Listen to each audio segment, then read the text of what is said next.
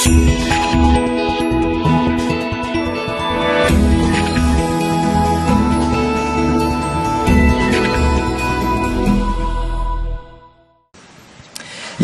나의 기업이시라 라는 제목으로 우리가 말씀드릴 터인데, 제가 먼저 1절 읽고 한 절씩 나눠 읽도록 하겠습니다. 오 하나님이여, 내가 주를 신뢰합니다. 나를 지켜주소서. 내 영혼이 여호와께 고백합니다. 주는 내 주시니 주를 떠나서는 어디에도 내 행복이 없습니다. 이 세상에 있는 성도들은 고귀한 사람들입니다. 그들과 함께하는 것이 내 기쁨입니다.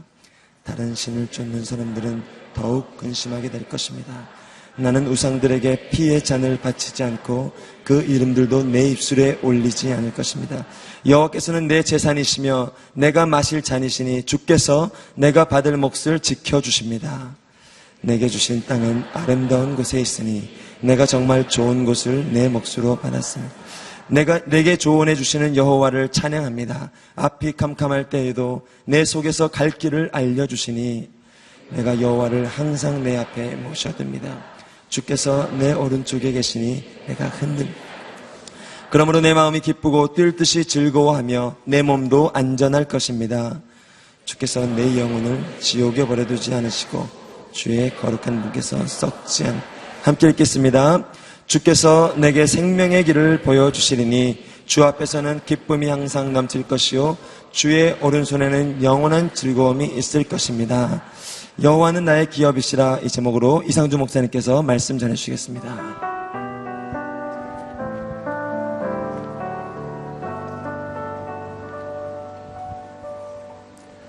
할렐루야. 우리의 기업이 되시는 하나님을 찬양합니다. 이번 8월 한 달 동안 여호와를 찬양하라 4주 동안 시리즈로 말씀을 나누고자 합니다. 오늘 시편 16편 말씀은 여호와는 나의 기업이시라. 또 다음 주에는 시편 18편 여호와는 나의 힘이시라. 세 번째 주에는 시편 23편 여호와는 나의 목자시라. 그리고 마지막 네 번째 주에는 여호와는 나의 구원이시라. 하나님은 하나님을 높여드리는 사람을 높여주시는 줄로 믿습니다. 하나님을 존귀케 하는 사람의 인생을 존귀하게 만들어 주실 줄로 믿습니다. 오늘 시편 16편 1절 말씀을 다시 한번 읽어보겠습니다. 1절 시작.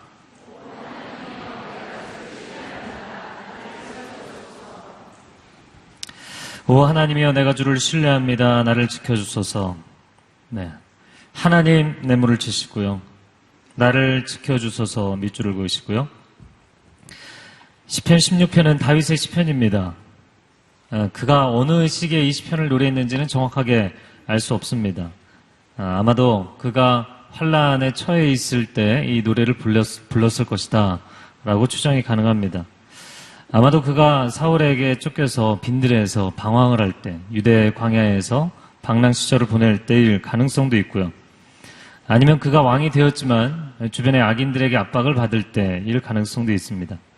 오늘 본문의 4절에 보면 우상 숭배자들이 그를 압박했다 이야기하는 것으로 보아서는 아마 그가 왕이 되었는데, 그가 왕의 자리에 올랐지만 가나안 문화의 저자들은 그의 주변인들이 그를 영적으로 정치적으로 압박했던 시기일 것이라고 생각이 됩니다. 사람들이 다윗의 인생을 보면서 무슨 생각을 하나요? 그가 도망자 세월을 보낼 때, 이제 그가 왕이 되니까, 왕이 되면 인생이 새로워질 것이다. 네, 왕이 되면 인생이 좋아질 것이다. 네, 여러분 그런 생각하지 않나요? 네, 다윗을 생각해보지 않으셨어요? 사람들은 자기가 회사에서 말단 사원으로 있을 때는 내가 승진하면 내 인생이 좋아질 것이다 생각하지 않나요? 입시생들은 대학에 합격하기만 하면 내 인생이 좋아질 것이다 생각하지 않나요? 20, 30대 청년들은 내가 결혼만 하면, 내가 취직만 하면 내 인생이 잘 될 것이라고 생각하지 않나요? 그렇죠? 네. 그런 생각이 들지 않을 정도로 인생이 힘드신가요? 다윗의 인생에서 다윗의 인생을 놓고 이야기를 하자면 그의 인생에 어느 한때가 쉬운 때가 있었나 싶어요. 제가 여러분에게 결론적으로 이야기하고 싶은 것은 인생은 결코 어느 한때도 편하지 않을 것입니다. 네, 굉장히 우울한 전조를 제가 말씀드리는데 여러분의 평생에 어느 한때도 결코 쉽지 않을 거예요. 목동으로 부모에게 버림을 받았을 때 자기 힘으로는 그 상황을 바꿔놓을 수 있는 아무런 능력이 없어요. 부모에게 버림받았어요. 형들에게 버림받았어요. 빈들에서 양을 치고 있어요. 그의 인생을 자신의 힘으로 아무것도 바꿔놓을 수 없는 10대 우울한 시절. 그때도 다윗의 인생은 굉장히 힘들었어요. 물론 골리앗을 쓰러뜨리고 나라의 사람들에게 백성들에게 인기를 얻는 장수가 되었을 때 아주 잠깐 행복했을지 모릅니다. 그러나 사울의 시기는 곧 다윗을 타겟으로 삼죠. 다윗을 미워합니다. 다윗을 추적합니다. 다윗이 도망자가 되어서 유대 광야를 방황할 때 여러분 그의 인생은 너무나 힘들었어요. 혼자서 도망 다니는 것도 어려운데 600명을 데리고 다녔어요. 제가 항상 이 이야기를 할 때 사람들에게 쉽게 이해를 시키는 게 여러분 꼬리잡기 게임 해보셨죠? 한 5명까지는 그냥 핸들링 할 만해요. 10명, 20명, 30명 넘어가면 이거 뭐 잡히는 건 시간 문제예요. 근데 600명을 데리고 충청남북도 사이즈 되는 팔레스타인 그 땅에서 도망 다녔다는 거예요. 이거 말이 안 되는 거예요. 10년을 도망 다니는 그 세월이 얼마나 힘들었는지. 아니 다윗이 그냥 사울왕 죽이면 되지 않느냐.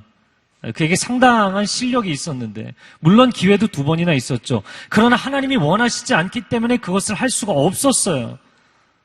세상 사람들이라면 하나님 안 믿는 사람들이라면 지름길을 선택할 텐데 나는 지름길을 선택할 수도 없어요. 그 광야에서 방황하는 세월이 너무너무 힘들었어요. 왕이 되었어요. 이제는 인생이 쉬워질까요? 이제는 인생이 평탄해질까요? 정치적으로 종교적으로 압박하고 음모를 꾸미는 자들이 주변에 더 많아졌어요. 자기가 목숨을 걸고 지켜주었던 사람들이 자신을 압박하기 시작합니다. 자신의 오른팔이었던 요압이 칼을 쓰지 않기 위해서 피를 흘리지 않기 위해서 무고한 자의 생명을 빼앗지 않기 위해서 다윗이 그렇게 절제하며 살았는데 요압은 무고한 자들의 피를 흘립니다. 다윗의 정권을 무력 정권으로 만들려고 합니다. 가장 큰 압박의 요인이었죠.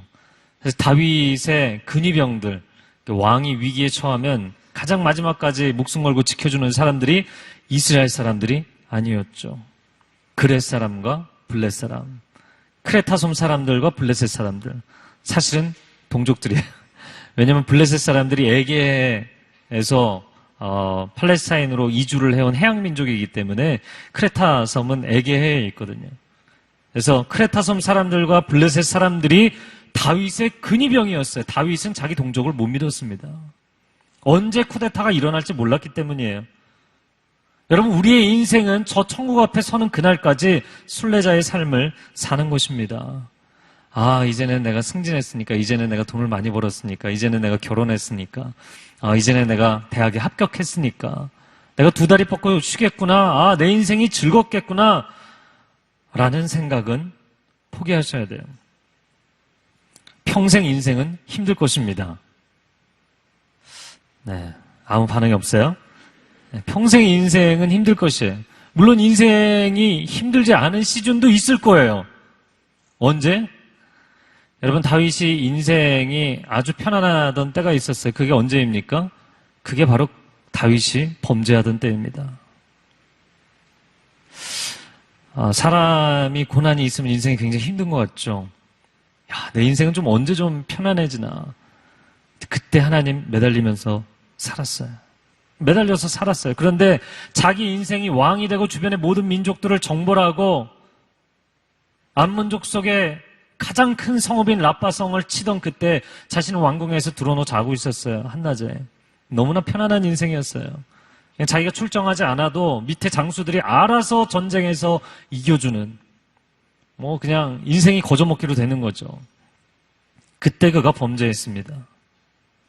그때 그의 인생이 무너집니다.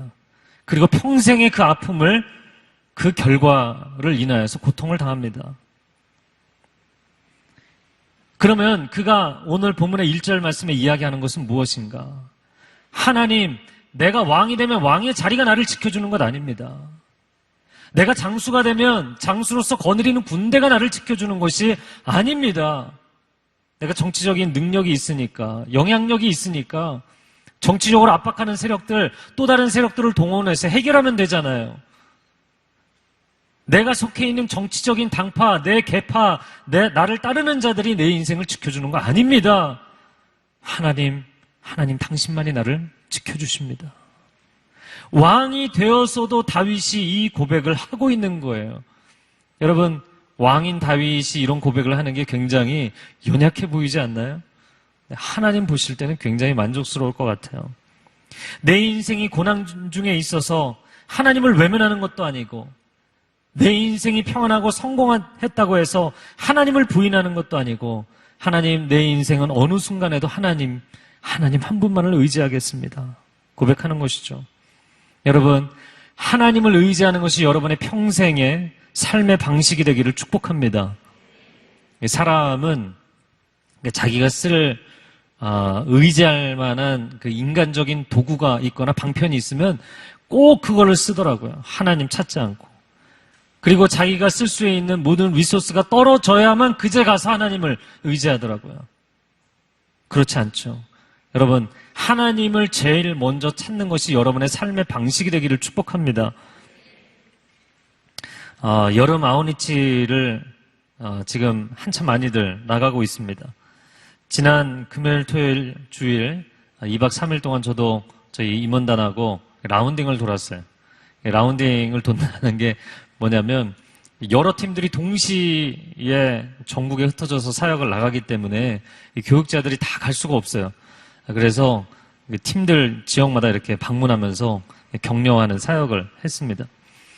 그래서 지난 8월 2일 한목사님 2주기 양재에서 2주기 추모 예배를 드리고 오후 2시에 출발해서 전라도 무안에 가서 어린이 청소년 집회를 하고 밤에 장흥에 가서 저 예배그룹 부흥 집회를 하고 그리고 통영에 가서 새벽 2시 반에 통영 앞바다에서 자고 전혀 불쌍히 여기지 않으시네요. 네. 다음날 아침 첫 배를 타고 1시간 반 배를 타고 욕지도를 들어가서 욕지도에서 어린이 캠프 또 청소년들 캠프 섬기고 1시에 다시 배 타고 나와서 경상도 고령에 가서 격려하고 그리고 밤에는 보은에 가서 함께 집회를 했어요. 그런데 제가 보은에서 마지막 모임을 하면서 그런 얘기를 했습니다. 이번 여름에 귀한 사역을 했다. 정말 멋진 추억이다. 추억에 의지해서 살지 말라고. 아우니치가 1년에 한 번 있는 사건이 아니라 그냥 매일매일의 삶의 방식이 되어야 한다. 아우니치 때 하나님 앞에 얼마나 뜨겁게 기도하고 눈물 흘리고 땀을 흘리며 사람들을 섬깁니까? 한 영혼을 살리기 위해서 자기 인생을 쏟아붓는 시간이잖아요. 놀라운 하나님의 역사, 은혜를 체험하고 변화를 체험합니다. 그런데 그게 1년에 딱 이틀, 3일, 4일이라는 게 문제예요. 날마다 그렇게 산다면 여러분의 인생에 놀라운 일들이 일어날 것이에요. 네. 아멘을 하시는 분이 별로 없네요. 아멘. 네. 저는 여러분의 인생이 세상적인 방식을 의지하는 것 말고 하나님을 의지하는 것이 여러분의 삶의 방식이 되기를 바랍니다. 그것이 라이프스타일이 되어야 합니다. 그냥 내가 정말 위기의 상황에서만 하나님께 부르짖고 그때 하나님이 나를 건져주시는 사건적인 신앙을 넘어서서 삶의 신앙이 되어야 합니다. 연애가 아닌 결혼을 하셔야 돼요. 사건 말고요. 그냥 쭉 지속되는 것. 하나님과 내가 함께 가는 것. 그런 삶을 사셔야 돼요. 하나님이여 나를 지켜주소서. 여기서 지켜달라는 이 단어의 뜻은 목자가 양을 위해서 울타리를 치는데 가시 울타리를 치는 거예요. 아무런 야수들이 그 담을 넘어서지 못하도록 가시 울타리를 쳐주듯이 하나님 나를 지켜주십시오. 개역 성경에 보면 나를 지켜주소서 내가 주께 피하나이다. 그럼 그가 어떤 위기 중에 있었길래 이런 고백을 하는가? 오늘 본문의 뒷부분의 10절을 보면 주께서 내 영혼을 지옥에 버려두지 않으시고 지옥에 떨어질 것처럼 생명의 위협을 받고 있었다라는 것이죠. 이 고대 왕들은 모반과 쿠데타를 그런 사건을 겪는 경우가 매우 많이 있었죠. 백성의 목자가 되었지만 그 양무리가 목자를 위협하는 상황입니다. 예수님이 자기 백성을 위해 오셨지만 그 백성들이 예수님을 십자가에 못 박은 것과 같은 것이죠. 여러분, 배신은 언제나 친교의 동산에서 이루어지는 것이에요. 제가 가룟유다 메시지 때 나눴던 것이죠. 어떤 사람들이 이렇게 이야기를 합니다. 어떻게 가족이 나한테 이럴 수가 있느냐? 어떻게 믿던 친구가 나한테 이럴 수 있느냐? 여러분, 배신은 내가 모르는 사람에게 당하는 게 아니에요. 길 가다가 어떤 사람이 어깨 툭 쳤는데 왜 날 배신하냐고 이렇게 얘기하지 않아요. 여러분, 장사하는 사람이 특별히 요즘 여름철 한철이라고 또 성수기라고 뭐 5배, 10배 상인들이 폭리를 취하는데 그 사람들에게 폭리를 취한다고 해서 배신이라고 얘기하지 않아요. 배신이라는 건 신뢰했던 관계를 저버리는 게 배신이에요. 당신 가까이에 있던 사람에게 당하는 것이 배신이에요. 배신은 내가 가장 사랑하고 신뢰하던 사람에게 당하는 것이죠. 그때 인생을 포기하거나 절망하지 말라는 것입니다. 그때 하나님을 붙들라는 것입니다. 다윗은 하나님을 붙드는 감각이 몸에 배어있는 사람이죠. 그 들판에서 목동으로 양을 칠 때에도 부모에게는 버림을 받았지만 하나님을 붙잡았어요. 자신이 궁궐에 들어갔을 때 멘토라고 생각했던, 아니 자기에게 진정한 아버지 역할을 해줄 것이라 생각했던 군사부 일체죠. 그 사울 왕에게 버림을 당했을 때 다윗은 하나님을 붙잡았어요. 다윗은 언제나 위기의 상황이 되면 하나님을 붙드는 것이 몸에 배어있는 사람이에요. 저는 여러분이 그 영적 감각을 유지할 수 있기를 바랍니다. 이게 매우 중요한 거예요. 여러분, 쉬운 것 같지만 결코 쉽지 않아요. 사람이 물에 빠져 들어가면 지푸라기로도 잡는다 이야기하는데 지푸라기 잡아서 당신 생명 못 구합니다. 세상적인 방법 의지해서 당신의 인생을 못 구합니다. 못 구한다는 걸 알면서도 계속해서 세상적인 방식을 의지하게 돼 있어요. 왜? 그거 외에는 의지하는 것이 쉽지 않기 때문에. 습관이 잘못 굳어져 있기 때문에 그런 것이죠. 사람이 수영을 할 때 수영을 잘 못하는 사람은 위기 상황이 오면 몸이 굳어지죠. 몸이 굳어지는 순간 자기가 두려워하던 그대로 더 가라앉게 돼 있는 것이에요. 여러분, 우리는 두려움 가운데 있을 때 하나님을 붙잡아야 되는 줄로 믿습니다. 하나님을 붙잡는 감각이 필요해요.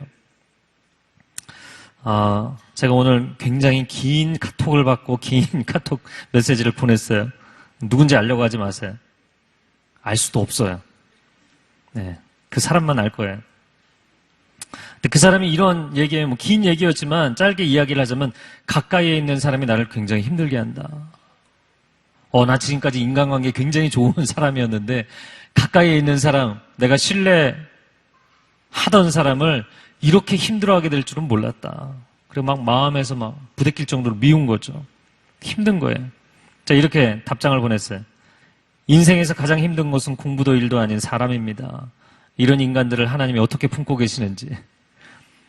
참으로 하나님의 사랑은 이해하기 어려울 만큼 놀랍구나. 가까이에 있는 사람은 신뢰할 수 없고 사랑할 수 없다고 했지. 그렇다면 인간에 대해서 제대로 이해하기 시작한 거야.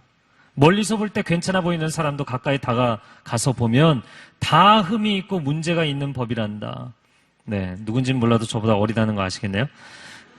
그래서 인간은 믿음의 대상이 아니라 긍휼의 대상이요, 의지할 대상이 아니라 사랑할 대상이란다. 우리가 의지하고 믿을 이는 오직 주님밖에 없단다. 가까이 다가가도 전혀 흠이 없으신 분, 가까이 다가갈수록 더욱 아름다우신 분, 바로 주님이시지. 그러나 인간은 그렇지 않아. 어떠니? 그렇게 믿음지 못하고 사랑스럽지 못한 사람의 대표주자가 나 자신이 아니니? 난 그렇더구나. 내 안을 들여다볼수록 나는 더러운 죄인이고 마음도 수시로 오락가락하여서 믿을 수 없는 사람. 하나님 앞에 숱하게 다짐하고서도 내 마음대로 살아가는 인생, 그게 바로 나 자신이더라고. 그래서 나를 받아주신 하나님을 계속 바라보니까 너무 감사하고 죄송하고 머리를 조아리게 되더라고. 그리고는 내가 불신하고 미워하던 그 사람들을 바라보았지. 그러니까 그들도 나랑 똑같은 헐벗은 영혼들이라는 게 보이기 시작했어. 저 사람은 인생에 이런 문제와 아픔이 있어서 저러는구나. 사람들의 말이 들리고 행동이 보이기 이전에 그들의 내면이 보이기 시작했어. 그리고는 화도 났지만, 물론 순간 화는 나잖아요. 이내 불쌍해지더라고. 긍휼의 대상은 나이와 지위와 상관이 없단다. 불쌍한 사람은 그냥 불쌍한 거지. 저렇게 독한 말을 쏟으니 그 속은 얼마나 쓰라릴까, 이렇게 보이는 것. 세왕 이야기 알지? 세왕 이야기라는 책이 있어요. 진 에드워즈. 다윗이 사울왕을 멘토로 군사부 일체로 받아들였는데 엄청 당하지. 그런데 그 사울을 다윗이 불쌍히 여겼단다. 이미 그때부터 다윗은 사울보다 큰 사람이었지. 용서하려고 하지도 말고, 이해하려고 하지도 말고, 참으려고 하지도 마라. 그건 다 사람을 주목하는 것이지 하나님을 주목하는 것이 아니니까. 그냥 나를 용납해 주신 하나님을 바라보렴. 그리고 그분의 마음으로, 십자가에 달리셨어도 저들을 불쌍히 여기셨던 그 주님의 마음으로 그들을 바라보렴. 우리 모두에게 하나님의 은혜가 필요하다는 이 한 가지 사실, 크리스찬도 한낱 인간이요 죄인임을 깨닫고 하나님의 은혜를 바라야 한다는 이 사실을 정직하게 인정하는 사람만이 살아날 것이란다 얘기했어요. 사람들은 용서하려고 애를 써요. 저 사람의 상황을 좀 이해하려고 애를 써요. 아니요. 여러분, 하나님을 주목하셔야 돼요. 인생의 모든 상황은 하나님을 주목하셔야 돼요. 당신이 고난의 상황에서도 하나님을 주목하면 하나님이 길을 열어주실 줄로 믿습니다. 사람으로 인하여서, 인간관계로 인하여서 힘들 때에도 그 사람을 묵상하지 마세요. 그 사람을 용납할 수 없는 나 자신을 묵상하지 마세요. 그냥 하나님을 묵상하세요. 하나님 외에는 참된 용서와 사랑이 존재하지 않기 때문에 내 안에서 해답을 찾는데 해답이 없고요. 그 사람에게서 해답을 찾았는데 해답이 없어요. 우리는 인생을 살아가면서 온갖 방어 기제를 사용하죠. 그러지 않고는 세상이 감당이 안 되니까. 사람들이 나를 비난하고 압박하고 괴롭히는 것 감당이 안 돼요. 그러니까 온갖 방어 기제를 사용하는 거예요. 그래서 내면 가운데 얼굴에는 웃고 있지만 내면에서는 사람을 판단하고 비난합니다. 분석합니다. 나는 합리적으로 생각한다고 생각하지만 사실은 정죄하고 있는 거죠. 그리고 정죄하는 사람은 속에서 분노가 일고, 분노는 마치 불을 품은 것과 같은 것이기 때문에 내 안에서도 막 불이 타기 시작하죠. 나는 스스로 방어기제라고 생각을 하는데 결코 내 인생이 편안하지 않아요. 정죄하고 분노하고 폭력에 빠집니다. 근데 다른 사람에게 원인을 전가하는 사람들은 이렇게 나타나지만 자기 자신에게 원인을 전가하는 사람들은 우울증에 빠지고 자책하게 되고 인생을 내려놓고 싶고, 또 전혀 다른 방향으로 사람에게 관계에 적용하지 않고 온갖 물질의 중독에 빠지는 사람들, 알코올 중독, 니코틴 중독, 성 중독, 독서 중독, 활동 중독도 다 중독이에요. 여러분, 다른 방어 기제로 여러분의 인생을 프로텍트하는 것이 아니라 하나님이 내 인생을 보호해 주신다고 선포하고 신뢰하는 사람들이 되기를 축복합니다. 저를 한번 따라해보세요. 하나님이여, 나를 지켜주소서.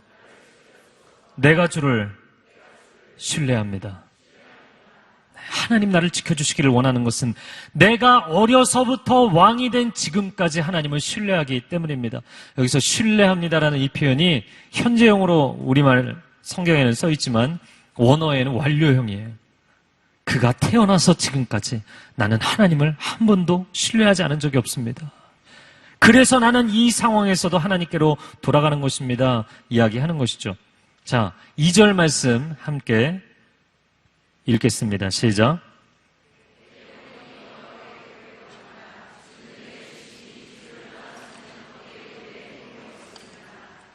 아멘.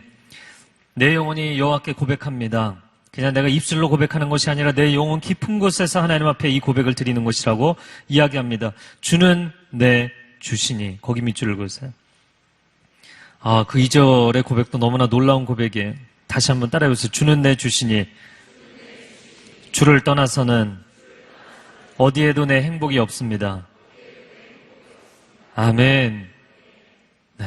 일주일 동안 20편을 계속 묵상하시면 아주 좋을 것 같아요. 하루에 한 번씩 읽고 묵상하시면 좋겠어요.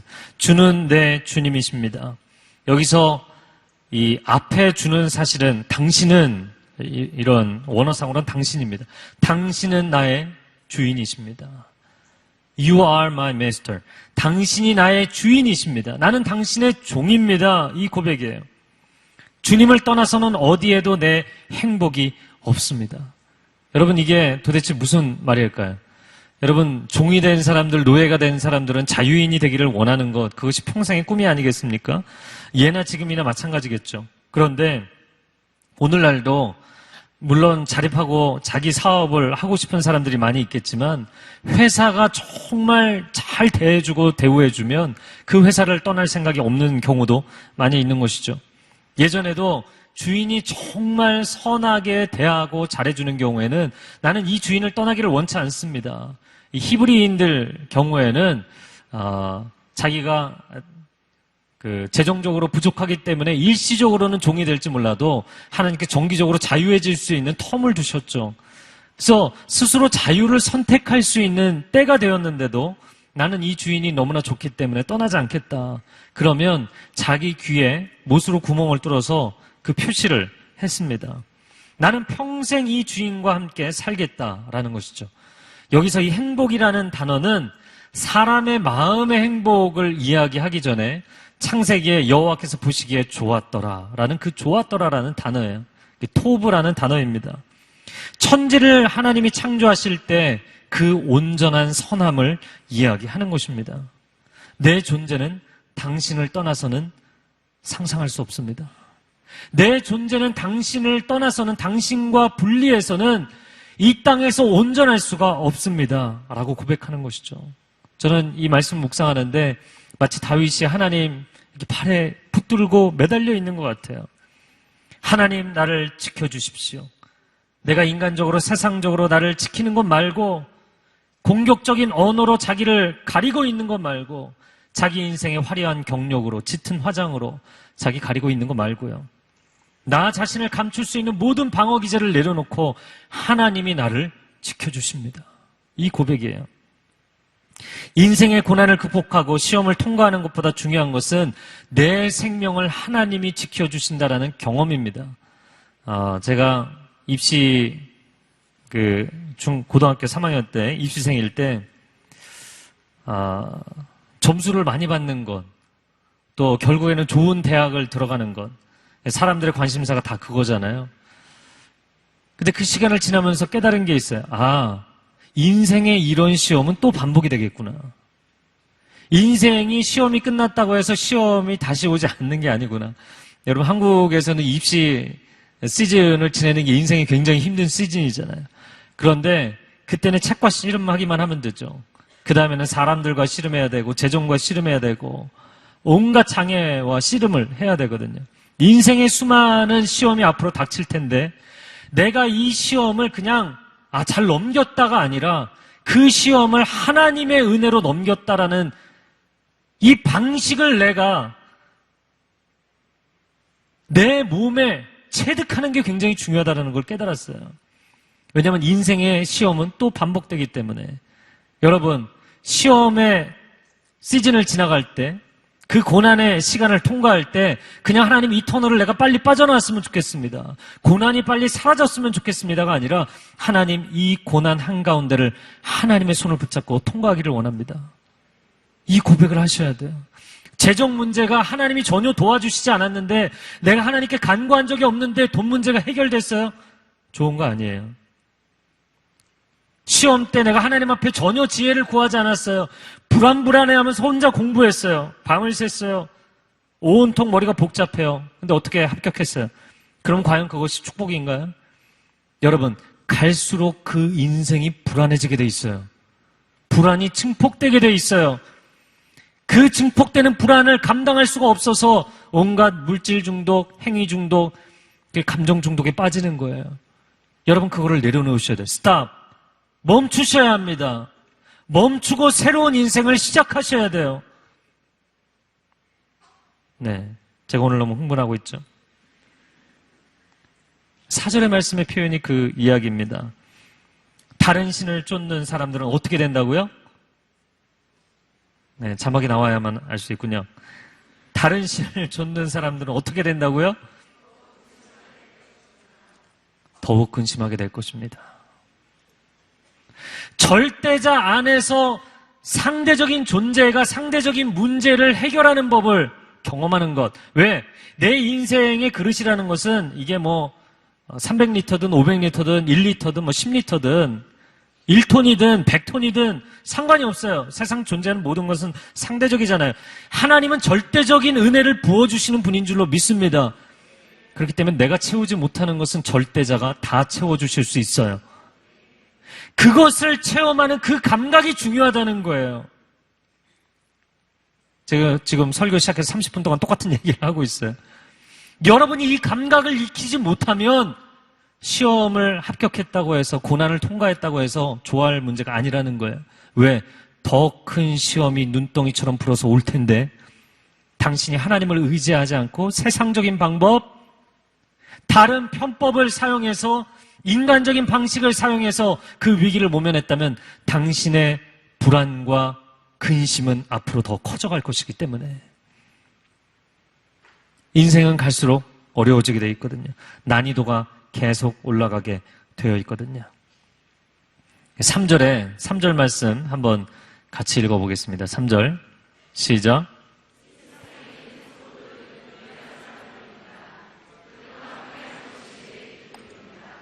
네, 이 세상에 있는 성도들 메모를 치시겠어요? 이게 무슨 얘기입니까? 세상 한가운데 있지만 거룩을 지킨 사람들. 모든 사람들이 하나님을 믿는다고 이야기하는 이스라엘 백성들조차도 우상 숭배를 하는 상황입니다. 다윗 때에는 정말 하나님을 전심으로 경배하던 때 아닙니까? 그러한 때에도 우상 숭배자들이 있었다는 건 정말 어메이징한 얘기예요. 야, 정말 악인들은 끝이 없구나. 세상에 늘 악인들이 있는 거예요. 그런데 그런 세상 한가운데서도 거룩을 지킨 사람들이 있다는 거예요. 자기만 그런 게 아니라 엘리야가 하나님 저 혼자밖에 남지 않았습니다. 하나님 뭐라고 대답하시나요? 바알에게 무릎을 꿇지 않은, 입을 맞추지 않은 7천인을 내가 남겨두었다. 할렐루야. 다윗이 하나님, 내가 하나님께로 피합니다. 당신은 나의 주님이십니다. 주님을 떠나서는 내 인생에 행복이 없습니다. 그런 고백을 하고 나서 이제 하나님이 주시는 1단계의 평안을 누리고서 생각해 보니까 아, 이런 고백을 하며 사는 사람이 나 혼자가 아니지. 성도들이 있지. 이 세속의 세상 한가운데서도 거룩을 지키는 사람들, 하나님 그 사람들과 함께하는 것이 내 인생의 기쁨입니다. 고백을 하는 것이. 그런데 4절에 뭐라고 이야기를 하냐면 4절 말씀 한번 같이 읽어볼까요? 4절 시작. 나는 우상들에게 피의 잔을 바치지 않고 그 이름들도 내 입술에 올리지 않을 것입니다. 우상 숭배자들은 피의 잔을 바친다. 인신제사를 이야기하는 것입니다. 복받기 위해서, 물질의 풍요와 성적인 쾌락을 위해서 바알과 아세라를 섬기고 자신의 자식들을 몰렉에게 인신제사로 바쳤죠. 얼마나 심각한 상황이었는지 모릅니다. 하나님, 그러나 나는 그들의 길을 따라가지 않았습니다. 그 우상의 이름조차 내 입술에 올리지 않았습니다. 라는 거예요. 여러분, 세상의 방식을 따라가는 것이 아니라 하나님의 방식을 따라서 살기를 바랍니다. 네. 세상이 여러분에게 원칙주의자라고 이야기를 하면 아, 내가 원칙을 잘 지키고 있구나 이렇게 생각하세요. 네. 나는 가끔 원칙주의자라는 이야기를 듣는다. 한번 손 들어보세요. 네, 좋습니다. 제가 어제 오랜만에 아이들하고 좋은 시간을 가졌어요. 저는 이제 3일 동안 라운딩을 갔다 왔고 아이들은 교회에서 캠프를 갔다 왔어요. 얘기를 쭉 들어보니까 선생님들이 정말 고생을 많이 하셨더라고요. 그래서 선생님들께 얼마나 감사한지 모르겠어요. 그런데 오랜만에 만났는데 사실은 좀 힘든 일이 있었어요. 저희 집에 힘든 일이 있었다는 얘기를 제가 했다고 가서 또 얘기하지 마세요. 네.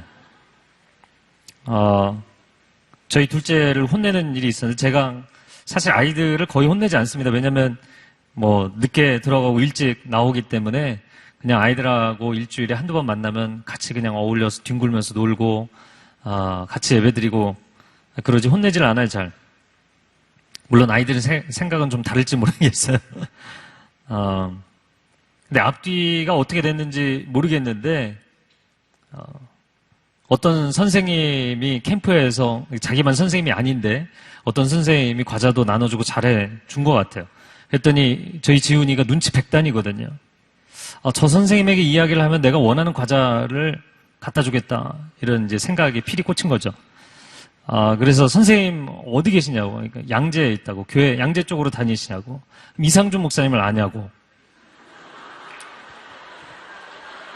아빠를 팔아먹은 거예요, 아빠를. 예. 안다고. 그러면 저한테 과자를 사주시는데 목사님께 갖다 드리라고. 초등학교 2학년이 그 얘기를 한 거예요. 어제 저에게 엄청나게 혼났어요. 저희 아들이 친구 엄마들이 데려다 놀리고 싶은 아이 영순이에요. 너무너무 잘하거든요. 제가 전에 한번 이야기했잖아요. 그래서 도대체 집에서는 굉장히 자유로운 인생인데, 그래서 물어봤어요. 친구 엄마들이 너를 그렇게 좋아한단다. 그랬더니 내가 밖에서는 좀 하지. 이렇게 얘기를 하더라고요. 너무나 영악한 거예요.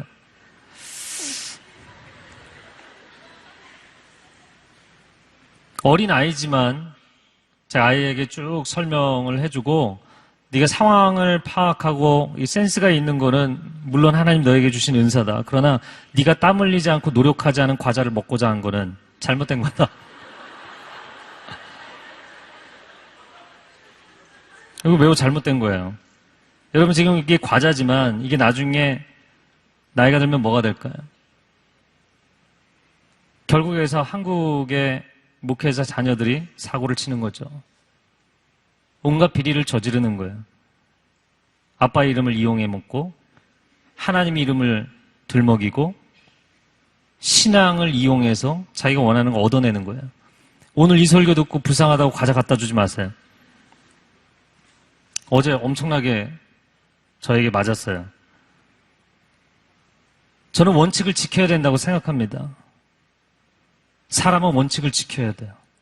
반드시 지켜야 될 것이 있어요. 너무나 마음이 아팠지만 아이가 그 길로 계속 가면 그 인생이 잘못될 것이기 때문에 너가 다시는 반복하면 안 되는 것에 대해서는 아빠가 매를 든다. 그리고 혼냈어요. 제가 요즘 아이들과 밤마다 가정 예배를 드립니다. 성경을 읽으면서 Q&A를 합니다. 성경을 한 장 읽고 질문, 본인들이 질문하기도 하고 제가 질문하기도 하고 뭐 엉뚱한 나눔일 경우가 굉장히 많아요. 그렇지만 저는 아이들하고 거의 한 시간 정도 가정 예배를 드려요. 가정 예배가 예배인지 그냥 무슨 뭐 얘기를 하다 보면 전혀 엉뚱한 데가 있어요. 둘째는 막 춤추고 있고 뭐 둘째는 흥이 나면 일단 춤을 추고 막 노래를 하고 그러거든요. 지난번에는 가정통신문을 들고 막 노래를 하더라고요. 그 가사를 만들어서. 하여튼간에 막 흥에 겨운 인생이고 막 눈치가 빠른 인생이거든요. 제가 아이들에게 수련회 가서 뭐가 좋았냐고 물었더니 뭐 수영장에서 노는 게 좋았고 뭐 맛있는 거 줘서 좋았고 이런 얘기들을 하더라고요. 집회는 어땠냐 그랬더니 큰아이가 저녁 집회 때 전사님이 콜링을 해서 단으로 나갔대. 처음에 기도하려고. 1시간을 무릎을 꿇고 기도했대요. 와. 근데 1시간이 지났는데 전사님이 다시 1시간을 기도를 하시려고 하는 걸 알고 자기는 너무나 두려웠대요. 결국엔 2시간을 기도를 하셨대요. 그래서 하나님은 만났냐 그랬더니 기도하는데 갑자기 힘이 나더래요. 갑자기. 그래서 하나님을 만난 것 같다고 이야기를 하더라고요. 아이들하고 앉아서 그냥 예배를 통해서 자신의 삶을 이야기하고 자기 마음을 이야기하고 그런 시간을 갖는 거죠. 매일매일 예배를 그렇게 드립니다. 여러분, 저는 여러분이 세상 사람들이 볼 때 저 사람 좀 지나치게 원칙을 지키려고 하는 거 아닌가. 사실 요즘은 자식의 길을 살려주기 위해서 자식을 혼내는 부모들이 거의 없더라고요. 저희는 좀 달라요. 다른 집 애들하고 어울려 있을 때도 게임 어느 이상 하면은 못하게 합니다. 사실 그러면 제 이미지도 안 좋아질 수 있어요. 굉장히 좀 딱딱하네. 이렇게 볼 수도 있어요. 그러나 아이의 인생의 원칙을 지키게 하는 법. 아이들이 풍요를 배우는 것보다 더 중요한 것은 절제를 배우는 거예요. 절제를 배우지 못한 인생은 자신의 인생이 잘못된 길을 갈 때 브레이크를 밟을 수 없어요. 오늘날 이 세상은 풍요 속에 살고 있기 때문에 사람들이 더 풍요를 누리고자, 더 쾌락을 즐기고자 우상 숭배까지 하는 거예요. 바알과 아세라를 섬기던 그 시대 사람들이 이상한 게 아니라 오늘날도 똑같이 크리스찬들이 물질과 쾌락을 숭배하고 있어요. 물질과 쾌락을 얻을 수만 있다면 하나님의 말씀을 저버립니다. 말씀이야 상대적으로 적용하는 거지. 세상 사는 게 우선이지. 성경 어디에도 그렇게 얘기되어 있지 않아요. 그리고 여러분이 그 세상의 상대적 기준을 쫓아간 것은 결국에 당신의 인생을 더욱 근심하게 만들 것이라는 거예요. 원칙주의자라는 말은 영어 원래 단어로는 좋은 의미예요. 인생의 원칙과 소신을 지킬 줄 아는 사람. 여러분 축구 경기를 하는 사람에게 룰을 지키는 선수가 있는데 쟤는 반칙할 줄도 모르고 원칙만 지킨다고. 아니요. 원칙을 지키더라도 예술적으로 플레이를 할 수 있으면 돼요. 그 이상의 뛰어난 실력으로 플레이를 하면 되는 거예요. 룰을 어겨야만 내 인생이 된다고 성경 어디에도 이야기되어 있지 않고 세상의 법도 그렇게 이야기하지 않습니다. 세상 사람들의 통속적인 룰을 따라가지 마세요. 여러분을 향하여서 범생이라고 쑥맥이라고 답답한 인생이라고 이야기를 해도 당신이 원칙을 지키면 그 원칙이 당신을 지켜줄 것입니다. 세상 사람들이 이야기하는 문장으로 제가 이야기한 것이지만 다시 신앙적으로 이야기를 하자면 당신이 하나님의 말씀을 목숨 걸고 지키면 당신이 목숨 걸고 지킨 그 말씀이 당신의 목숨을 지켜줄 것입니다. 이것을 잊지 마세요. 그래서 제가 여러분에게 20대, 30대 때 인생이 정말 힘들고 고난의 터널을 지나갈 때는 내 인생이 돈 많이 벌고 성공하고 영향력을 얻고 이런 거 말고요. 그냥 세상과 타협하지 않고 버티는 것만으로도 승리하는 거예요. 타협했어요. 세상의 방식을 다 사용했어요. 그리고 세상 사람들이 자랑하는 걸 다 얻었어요. 이제는 내가 하나님의 영광을 나타낼 수 있는 사람이 되었다. 왜? 지위도 얻었고 명예도 얻었고 권력도 얻었고 돈도 얻었으니까. 그런데 그때 하나님의 이름을 얘기하려고 하니까 내 영혼이 이미 쑥대밭이 돼 있어요. 이미 다 더러워져 있어요. 어디서서 하나님 이야기를 하겠습니까? 이미 내가 세상의 방식과 다 타협을 해버렸는데 내 영혼이 다 더러워져 있는데 얘기할 수 없는 거죠. 여러분, 세상 방식을 쫓아가지 아니하고 하나님의 방식을 따라가는 것이 여러분의 라이프 스타일이 되기를 축복합니다. 아멘. 네. 오늘 본문의 5절 말씀 읽겠습니다. 시작.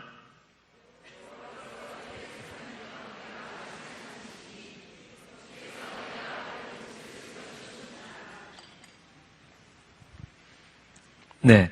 여호와께서 내 재산이며, 네. 우리말 성경에는 좀 리얼하게 설명을 했는데, 개역 성경에는 산업이라고 되어 있습니다. 저를 한번 따라해보세요. 여호와는 나의 기업이십니다. 그래서 이 5절의 상반절과 하반절은 사실 같은 이야기를 다르게 표현한 것입니다. 하나님이 나의 기업이시기 때문에 그 하나님이 나의 기업을 지켜주신다는 거예요. 무슨 얘기인지 아시겠어요? 그냥 하나님 그분이 나의 기업이시기 때문에 나의 분깃, 나의 몫은 그분이 지켜주신다. 하나님이 나의 전부입니다 라고 고백하는 사람에게는 하나님께서 그의 인생을 지켜주신다는 거예요. 왜? 더 이상 내 인생이 아니라 하나님의 것이기 때문에. 여러분, 기도하고 하나님 앞에 간구하고 하나님의 은혜를 구하면서도 왜 근심 걱정을 하죠? 그것은 내 것이기 때문이에요. 이 인생이 내게 주어져 있는 이 인생의 시간이 내 것이라고 생각하면 두렵게 돼 있어요. 근데 하나님의 것이면 두렵지 않아요. 제가 아주 어렸을 때는 늘 자주 간증을 했지만 자살 충동에 시달렸어요. 자살 충동에 시달린 이유는 뭐냐면 근심 걱정의 정반대예요. 근심 걱정을 해봤자 소용이 없을 정도로 망가져 있으면 그때는 버리고 싶은 거예요. 왜? 내 인생이기 때문에 내가 버리고 싶은 거예요. 내 거라고 생각하기 때문에 자살 충동에 빠지는 겁니다. 아니요. 당신의 생명은 하나님의 것입니다. 왜 근심 걱정에 빠지는가? 내가 어떻게든 좀 노력하면 되지 않을까 몸부림치는 거예요. 내 것이라고 생각하기 때문에 근심 걱정하는 거예요. 제가 하나님 앞에 저의 인생을 정말 말이 아니라 실제로 다 드리고 나니까 근심 걱정이 없어지더라고요. 만약에 내 인생의 길이 안 열리면 그거 하나님 손해잖아요. 아닌가요? 하나님 손해죠. 이미 내게 아니에요. 내 시간, 재능, 물질, 인간관계 모든 것이 하나님의 것이면 더 이상 내 인생에 대해서 걱정할 게 없어요.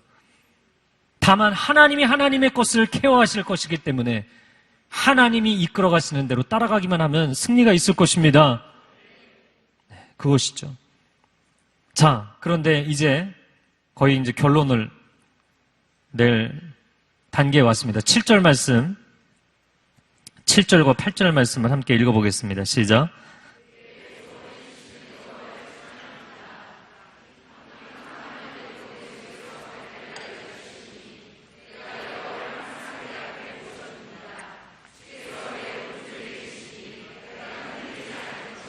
아멘.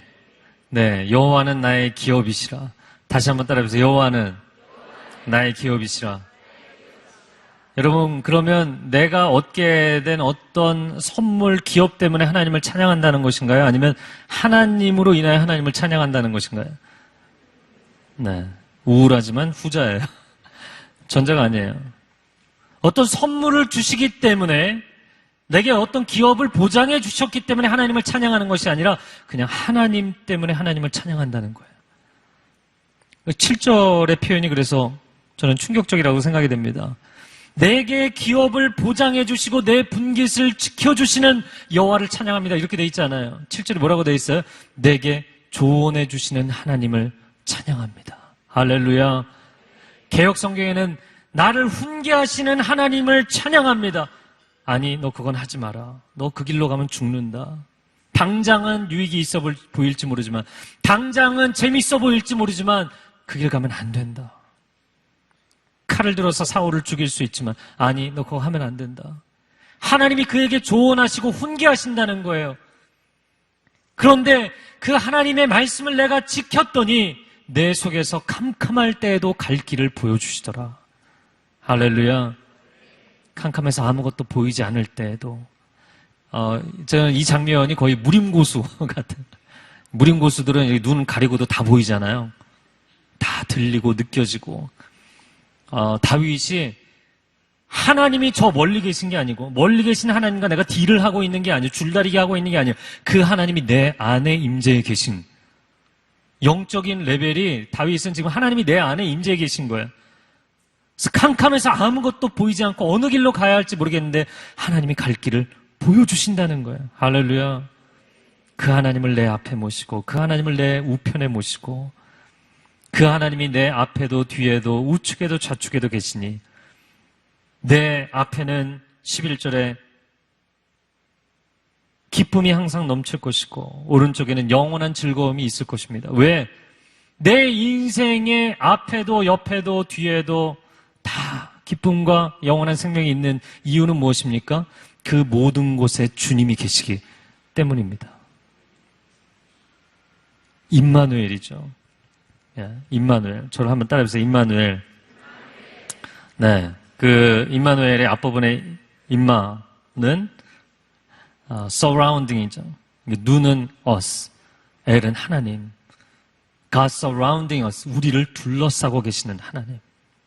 그러면 하나님이 나를 포위하셔서가 아니라 내가 어떤 상황에서도 사람 의지하지 않고 돈 의지하지 않고 다윗이 지략이 뛰어난 사람인데도 모략을 꾸미지 않고 이 사람 전쟁의 기술이 탁월한 사람인데도 무력을 의지하지 않고 나는 하나님만을 의지합니다.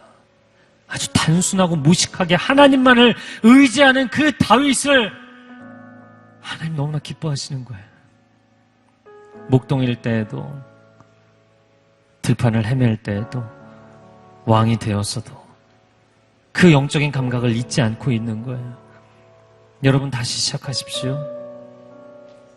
여러분이 하나님의 인간적으로 의지하고 있는 것들을 내려놓고 정말 내 앞에 생명의 길이 열리기를 원한다면 내 인생의 캄캄한 중에도 갈 길이 보이기를 원한다면 하나님만을 의지하는 영혼의 감각을 회복하기를 주님의 이름으로 축복합니다. 같이 눈을 감고 기도하겠습니다.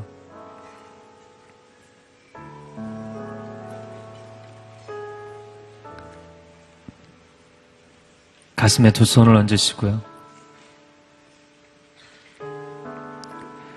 하나님, 두 눈을 뜨고 세상 한가운데서 살아가지만 어디로 가야 할지, 무엇을 해야 할지, 내가 하나님의 기준을 포기하고 타협하고 인간적인 생각과 세상적인 방식을 따라서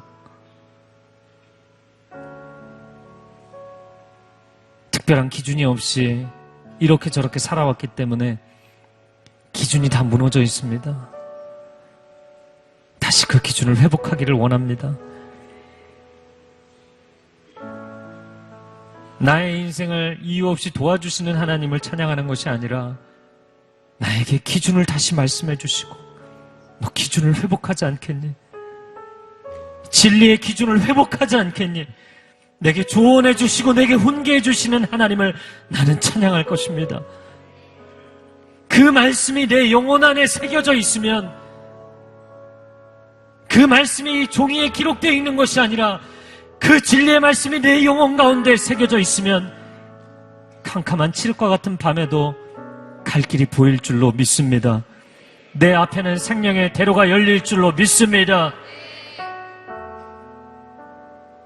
이 시간 그렇게 고백하는 사람들은 자리에서 일어나십시오. 다른 사람을 의식하지 마시고요. 하나님 무너진 기준을 다시 회복하겠습니다. 말씀이 나의 기준이 되고 말씀이 나의 가치관이 되고 말씀이 나의 능력이 되고 말씀의 진리가 나의 삶의 방식이 되게 하여 주시옵소서. 하나님과 함께 가게 하여 주옵소서. 이 여름을 지나면서 세속적이고 세상적인 세상이 자랑하는 모든 것들에 주목하고 있는 나의 시선과 나의 생각과 나의 감정들을 하나님 다시 한번 내려놓게 하여 주시고 하나님과 함께 인생을 새롭게 결단하게 하여 주옵소서. 20분 동안 전심으로 부르짖어 기도하겠습니다. 주여 삼창을 기도합니다. 주여